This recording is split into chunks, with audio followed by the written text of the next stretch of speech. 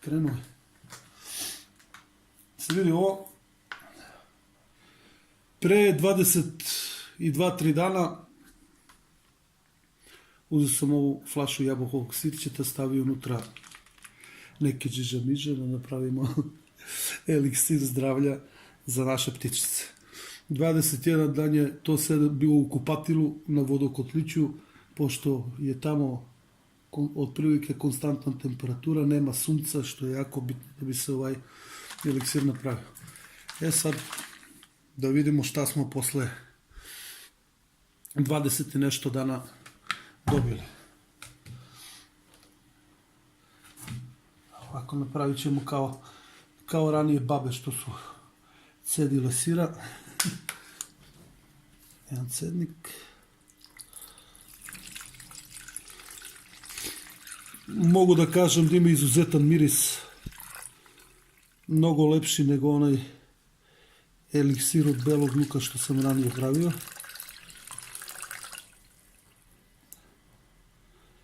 Mislim da će nakon nekog dodatnog filtriranja da bude i bistrije i čistije od toga eliksira od belog luka.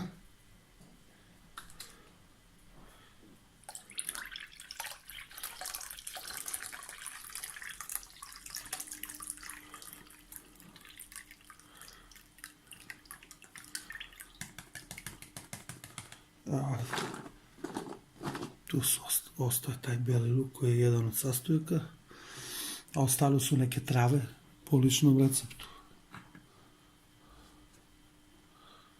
Ćemo da vidimo kako je to ispalo na kraju.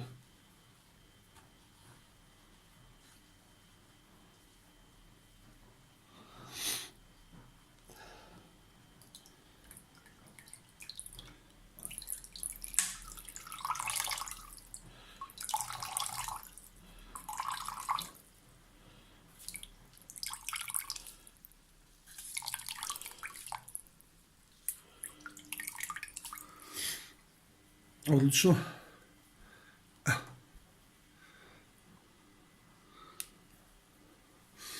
I dobili smo ovaj eliksir. Otprilike ide jedan poklopac od flaše plastične na litar vode. Trebalo bi da se čuva u frižideru i to je to.